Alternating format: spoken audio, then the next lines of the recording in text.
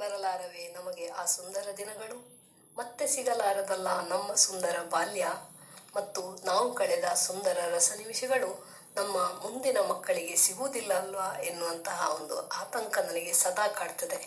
ಅದರಲ್ಲೂ ನವರಾತ್ರಿ ಬಂದಾಗ ನನ್ನ ಮನಸ್ಸು ಗರಿಗೆದರುತ್ತದೆ. ನಾವು ಎಂತಹ ಸುಂದರ ದಿವಸಗಳನ್ನು ಕಳೆದಿದ್ದೆವು. ನವರಾತ್ರಿಯ ಸಮಯದಲ್ಲಿ ನಾನಾ ವಿಧದ ವೇಷಗಳು. ನಾವು ಶಾಲೆಯಲ್ಲಿ ಕೂತಿದ್ದರೂ ಕೂಡ ನಮಗೆ ದಸರಾ ಸಮಯದಲ್ಲಿ ರಜೆ ಇರ್ತಿರ್ಲಿಲ್ಲ. ನಾನು ಕೇರಳದ ಕನ್ನಡ ಮಾಧ್ಯಮ ಶಾಲೆಯಲ್ಲಿ ಓದಿದವಳು. ನವರಾತ್ರಿ ದಿವಸಗಳಲ್ಲಿಯೂ ನಮಗೆ ಶಾಲೆ ಇರ್ತಾ ಇತ್ತು. ಆ ಹಬ್ಬದ ಒಂದು ವಿಜಯದಶಮಿ ಇತ್ಯಾದಿಗೆ ಮಾತ್ರ ರಜೆ ಇರ್ತಾ ಇತ್ತು. ಆ ದಿವಸಗಳಲ್ಲಿ ನಾವು ಶಾಲೆಯಲ್ಲಿದ್ದರೂ ಕೂಡ ನಮ್ಮ ಕಿವಿಯೆಲ್ಲ ಹೊರಗಡೆ ಇರ್ತಾ ಇತ್ತು. ಎಲ್ಲ ಕಡೆ ಆಗಾಗ ಕೇಳುವ ಹುಲಿ ವೇಷದ ಸದ್ದು, ಬೇರೆ ಬೇರೆ ವೇಷಗಳು ಬರುದು, ಇದನ್ನೆಲ್ಲ ನಾವು ನೋಡ್ತಾ ಇದ್ವಿ. ಹುಲಿ ವೇಷ ಎಲ್ಲ ತಂಡ ಬಂದು ನಮ್ಮ ಶಾಲೆಯಲ್ಲಿ ಕುಣಿತಾ ಇತ್ತು. ನಾವೆಲ್ಲ ಮಕ್ಕಳು, ಮೇಷ್ಟ್ರುಗಳು ಎಲ್ಲ ಅದನ್ನು ನೋಡಿ ಎಂಜಾಯ್ ಮಾಡ್ತಾ ಇದ್ವಿ. ಬಹುಶಃ ಇಂದಿನ ನಮ್ಮ ಮಕ್ಕಳಿಗೆ ಈ ವೈಭವ ಇಲ್ಲಲ್ಲ. ಅವರ ಬದುಕಿನಲ್ಲಿ ನೆನೆಸಿಕೊಳ್ಳುವಂತಹ ಇಂತಹ ರಸ ನಿಮಿಷಗಳು ಇಲ್ಲವಲ್ಲ ಅವರಿಗೆ. ಬಹುಶಃ ಸುಂದರ ಬಾಲ್ಯದಿಂದ ಇಂದಿನ ಮಕ್ಕಳು ವಂಚಿತರಾಗಿದ್ದಾರೆ ಅಂತ ನನಗೆ ಅನಿಸ್ತದೆ. ನಾವು ಬಹುಶಃ ಆ ವಿಷಯದಲ್ಲಿ ಬಹಳ ಅದೃಷ್ಟವಂತರೇ ಇರಬೇಕು. ಆದರೂ ಇತ್ತೀಚಿನ ದಿವಸಗಳಲ್ಲಿ ಪೇಟೆಗೆ ಬಂದ ನಮಗೆ ಕೂಡ ಇಂಥವುಗಳನ್ನು ನೋಡುವ ಅವಕಾಶ ತಪ್ಪಿ ಹೋಗ್ತಾ ಇದೆ. ನಾನು ಕೊನೆಯದಾಗಿ ಸಾಂಪ್ರದಾಯಿಕ ಹುಲಿ ವೇಷವನ್ನು ನೋಡಿದ್ದು ಸುಮಾರು 4-5 ವರ್ಷಗಳ ಹಿಂದೆ. ಸುಮಾರು 4-5 ವರ್ಷಗಳ ಹಿಂದೆ ನವರಾತ್ರಿಯ ಆರಂಭದ ಒಂದು ದಿನ ಹೆಣ್ಮೂರು ಶಾಲೆಗೆ ನಾನು ವಿಶೇಷ ಅತಿಥಿಯಾಗಿ ಇನ್ನೇನೋ ಹೋಗಿದ್ದೆ. ಆಗ ಆ ಶಾಲೆಯ ಆವರಣಕ್ಕೆ ಬಂದಂತ ಹುಲಿ ವೇಷದ ಕುಣಿತ ನೋಡಿ ಭಾರಿ ಖುಷಿಯಾಗಿತ್ತು ನನಗೆ. ನಾವು ಚಿಕ್ಕವರಾಗಿದ್ದಾಗ ನಮ್ಮ ಊರು ಕೊಳ್ಳೂರಿಗೆ ಹುಲಿ, ಹನುಮಂತ, ಕೃಷ್ಣ, ಕೊರಗ, ಮುರ್ಕುಂಡೆ ಮೊದಲಾದ ಅನೇಕ ವೇಷಗಳು ಬರ್ತಾ ಇತ್ತು. ಕೃಷ್ಣ ವೇಷ ನಮಗೆಲ್ಲ ಅಚ್ಚುಮೆಚ್ಚು. ಯಾಕೆಂದರೆ ಕೃಷ್ಣ ನಮ್ಮನ್ನು ಬೆದರಿಸುತ್ತಿರಲಿಲ್ಲ. ಉಳಿದ ವೇಷಗಳು ನಮ್ಮನ್ನು ಹೆದರಿಸುತ್ತಿದ್ದವು. ಆದರೆ ಹುಲಿ ವೇಷಕ್ಕೆ ನಾವು ಮಾತ್ರ ಹೆದರ್ತಿರ್ಲಿಲ್ಲ. ಕುಲೆ ವೇಷ, ಕೊರಗ ವೇಷಕ್ಕೆಲ್ಲ ನಾವು ಹೆದರ್ತಾ ಇದ್ವಿ. ಹುಲಿ ವೇಷ ಒಂದೇ ಆಗಿ ಬರುವುದಿಲ್ಲ. 4 ಜನರ ತಂಡ ಇರ್ತದೆ. ಜೊತೆಗೆ ಅವರ ಹಿಂದೆ ನಮ್ಮದೇ ವಯಸ್ಸಿನ ಮಕ್ಕಳ ಒಂದು ಗುಂಪು ಕೂಡ ಇರ್ತಾ ಇತ್ತು. ಹುಲಿ ವೇಷದವರು ಬೇರೆ ಬೇರೆ ಮನೆಗೆ ಹೋಗಿ ಕುಣಿಯುವಾಗ ಹಿಂದಿನಿಂದ ಹಿಂಬಾಲಿಸಿಕೊಂಡು ಹೋಗಿ ಕುಣಿತವನ್ನು ನೋಡುತ್ತಿತ್ತು ಈ ಗುಂಪು. ನಮ್ಮ ಮನೆ ದಾಟಿ ಮುಂದೆ ಹೋಗುವಾಗ ನಾವು ಕೂಡ ಆ ಗುಂಪಿನೊಂದಿಗೆ ಸೇರಿಕೊಳ್ತಾ ಇದ್ವಿ. 4-6 ಮನೆ ಹೋಗಿ ಹಿಂದೆ ಬರ್ತಾ ಇದ್ವಿ. ನಮ್ಮೂರಿನಲ್ಲಿ ಸುಮಾರು 50 ವರ್ಷ ಮೊದಲು, ಅಂದರೆ ನನ್ನ ಅಮ್ಮ ಚಿಕ್ಕವರಿದ್ದಾಗ, ಕರಡಿ ವೇಷ ಮತ್ತು ಕೊರಗ ವೇಷ ಮಾತ್ರ ಇತ್ತಂತೆ. ನಮ್ಮ ಊರಿನ ಕೃಷ್ಣಪ್ಪ ಸೇರಿಗಾರರ ತಂಡದ ಕರಡಿ ವೇಷ ಕುಣಿತಕ್ಕೆ ಬಹಳ ಪ್ರಸಿದ್ಧಿ ಇತ್ತು. ಬಹಳ ಚೆನ್ನಾಗಿ ಕುಣಿಯುತ್ತಾ ಇದ್ದರು. ಆನಂದ ಸೇರಿಗಾರರ ದೊರೆ ವೇಷದ ಕುಣಿತ ಅಭಿನಯ ನಿಜಕ್ಕೂ ಅದ್ಭುತ. ಬ್ರಿಟಿಷ್ ದೊರೆಯಂತೆ ಮುಖಕ್ಕೆ ಕೆಂಪು ಬಣ್ಣ ಹಚ್ಚಿ ಕೋವಿ ಹಡಿ ಹಿಡಿದು ನಿಂತರೆ ನಿಜವಾಗಿಯೂ ಬೇಟೆಗೆ ಬಂದಂತೆ ಭಾಸವಾಗುತ್ತಾ ಇತ್ತು. ಬಹುಶಃ ಈ ಹುಲಿವೇಷ, ಕರಡಿ ಕುಣಿತ ಬ್ರಿಟಿಷ್ ದೊರೆಗಳ ಬೇಟೆಯ ಅಣಕವೇ ಇರಬೇಕು. ನಮ್ಮ ತುಳುನಾಡಿನಲ್ಲಿ ಮಾಲಕಾರ್ಯದೊಂದು ಬೇಟೆ ಇತ್ತಾದರೂ ಅವರಲ್ಲಿ ಕೋವಿ ಹಿಡಿದು ಬೇಟೆ ಆಡುವ ಪದ್ಧತಿ ಇರಲಿಲ್ಲ. ಕೋವಿ ತಾನೇ ಇಲ್ಲಿತ್ತು, ಇವರಲ್ಲಿ ಬ್ರಿಟಿಷರಲ್ಲಿ ಅಲ್ಲವೇ ಇದ್ದಿದ್ದು. ಅಲ್ಲದೆ ನವರಾತ್ರಿಯ ಹುಲಿ ಕುಣಿತದಲ್ಲಿ ಪ್ರಧಾನ ಪಾತ್ರ ವಹಿಸುವ ಕೋವಿದಾರಿಗೆ ದೊರೆ ಎನ್ನುತ್ತಾರೆ. ಆತನಿಗೆ ತಲೆಗೆ ಒಂದು ಬ್ರಿಟಿಷರ ಟೊಪ್ಪಿ, ಮುಖಕ್ಕೆ ಕೆಂಪು ಬಣ್ಣ ಇರ್ತದೆ. ಇದು ಬ್ರಿಟಿಷರ ದೊರೆಯನ್ನ ಸಂಕೇತಿಸುತ್ತದೆ. ಆದ್ದರಿಂದ ಇದು ಬ್ರಿಟಿಷ್ ದೊರೆ. ಹಾಗಾಗಿ ಈ ಹುಲಿ ವೇಷ ಅನ್ನೋದು ಬ್ರಿಟಿಷ್ ದೊರೆ ಅಥವಾ ಅಧಿಕಾರಿಯ ಬೇಟೆಯನ್ನು ಸೂಚಿಸುತ್ತದೆ. ಇಲ್ಲಿ ಹುಲಿ ವೇಷ ಕುಣಿಯುತ್ತಾ ಇರುವಾಗ ದೊರೆ ಪಾತ್ರಧಾರಿ ಹುಲಿಯನ್ನ ಅಡ್ಡ ಕಟ್ಟಿ ಯಾವುದಾದ್ರು ರೀತಿಯಲ್ಲಿ ಪ್ರಯತ್ನ ಮಾಡಿ ಆ ಹುಲಿಯನ್ನ ಕೊಲ್ಲುವ ಒಂದು ಪ್ರಯತ್ನವನ್ನು ಮಾಡ್ತಾ ಇರ್ತಾನೆ. ಹುಲಿ ವೇಷದ ಕುಣಿತ ಹಾಗೆ ಹುಲಿ ತಪ್ಪಿಸ್ಕೊಳ್ತಾ ಇರ್ತದೆ, ಗರ್ಜಿಸ್ತದೆ, ತಿರುಗಿ ನಿಲ್ತದೆ.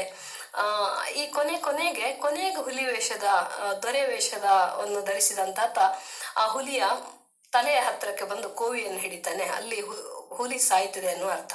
ಅಲ್ಲಿಗೆ ಆ ಹುಲಿ ಕುಣಿತ ನಿಲ್ತದೆ. 45-50 ವರ್ಷಗಳ ಮೊದಲು ಕೊಳ್ಳೂರು ತಂಡದವರು ಕೊಳ್ಳೂರು, ಮಿಯಪದು, ವರ್ಕಾಡಿ, ಮಂಜೇಶ್ವರ ಸುತ್ತಮುತ್ತಲಿನ ಪ್ರದೇಶಗಳಲ್ಲಿ ಕರಡಿ ವೇಷ ಹಾಕಿ ಕುಣಿಯುತ್ತಿದ್ದರಂತೆ. ಆ ಕಾಲದಲ್ಲಿ ಮಂಗಳೂರಿನಲ್ಲಿ ಹುಲಿವೇಷ ಇತ್ತಂತೆ. ನಂತರ ಕೊಳ್ಳೂರಿನ ಕರಡಿ ವೇಷ ಹುಲಿ ವೇಷ ಆಗಿ ಬದಲಾವಣೆ ಆಯಿತು. ಜೊತೆಗೆ ತಂಡದಲ್ಲಿ ಹಣ ಹಂಚುವಾಗಲೂ ಇನ್ಯಾವುದೋ ವಿಚಾರಕ್ಕೆ ಒಡಕು ಕಾಣಿಸಿಕೊಂಡಿತು.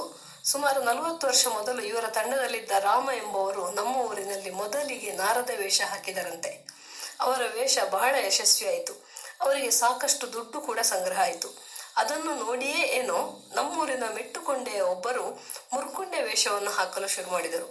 ಸುಮಾರು 35 ವರ್ಷ ಮೊದಲು ಮುರ್ಕುಂಡೆ ವೇಷ ಶುರುವಾಯಿತು. ಕೈಯಲ್ಲಿ ಒಂದು ಮನುಷ್ಯನ ಗೊಂಬೆ ಹಿಡಿದುಕೊಂಡು ಉರ್ನಿಟ್ಟು ಮುರ್ಕುಂಡೆ ಲಡ್ಡು ಮುಟಾಯಿ ಕಳಿ ಕಳಿ ಚೋಮ ಜಕ್ಕು ಮದೀನ ಎಂದು ಹಾಡುತ್ತಾ ಬರುವ ಮುರ್ಕುಂಡೆ ವೇಷ ಮನೆಗೆ ಮಾರಾಟ ಮಾಡುತ್ತಿದ್ದ ವ್ಯಾಪಾರಿಯನ್ನು ಅಣಕು ಮಾಡುತ್ತದೆ.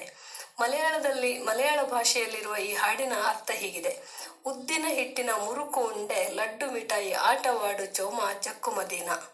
ಇವರಿಗೆಲ್ಲ ಸಾಕಷ್ಟು ದುಡ್ಡು ಸಂಗ್ರಹವಾಗತೊಡಗಿದಾಗ ಬೇರೆಯವರು ರಾಮ, ಕೃಷ್ಣ, ಹನುಮಂತ ಮೊದಲಾದ ವೇಷ ಹಾಕಲು ಶುರು ಮಾಡಿದರು. ಕುರು ಎನ್ನೋ ಗುರ್ರು ಅಂತ ಹೇಳುವಂಥ ಒಂದು ಕುರ್ರ ಅಂತ ಹೇಳುವಂಥ ಒಂದು ವೇಷ ಕೂಡ ಬರ್ತಾ ಇತ್ತು. ಇವರಂತೆ ನಿತ್ಯ ಭಿಕ್ಷೆ ಬೇಡುತ್ತಿದ್ದ ಹಲವರು ರಾಮಕೃಷ್ಣ ಮೊದಲಾದವರ ವೇಷ ಹಾಕತೊಡಗಿದರು.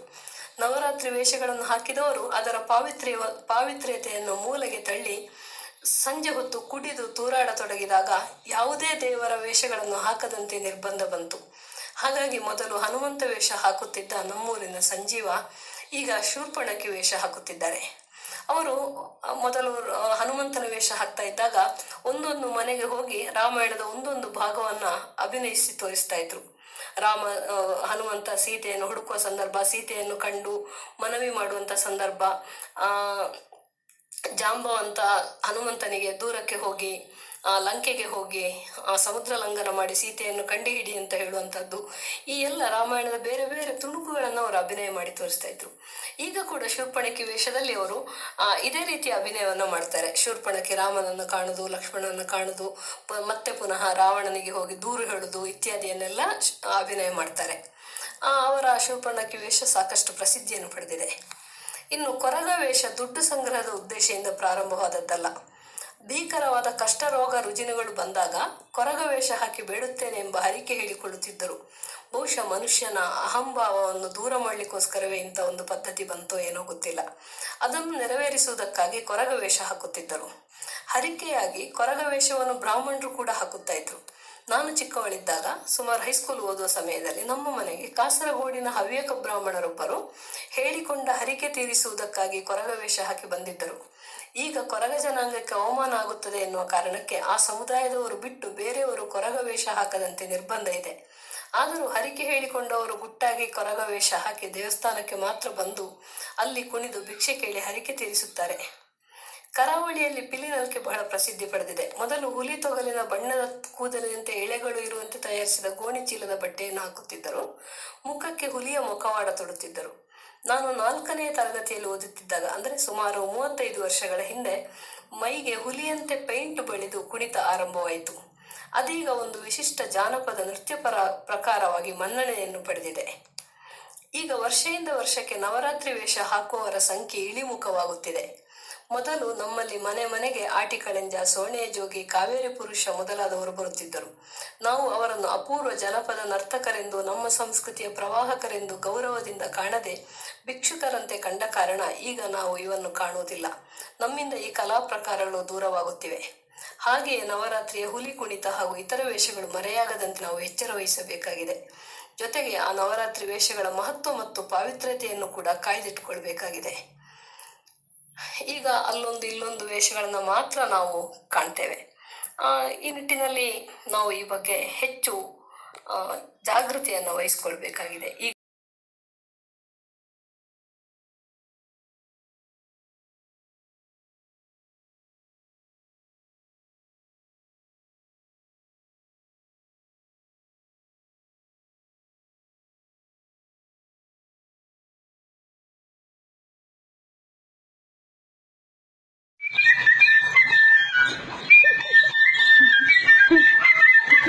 സിനജ് പോടാ അവിടെ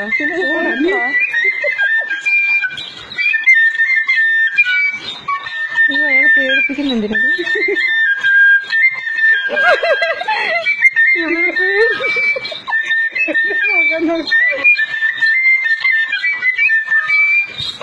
അമ്മേ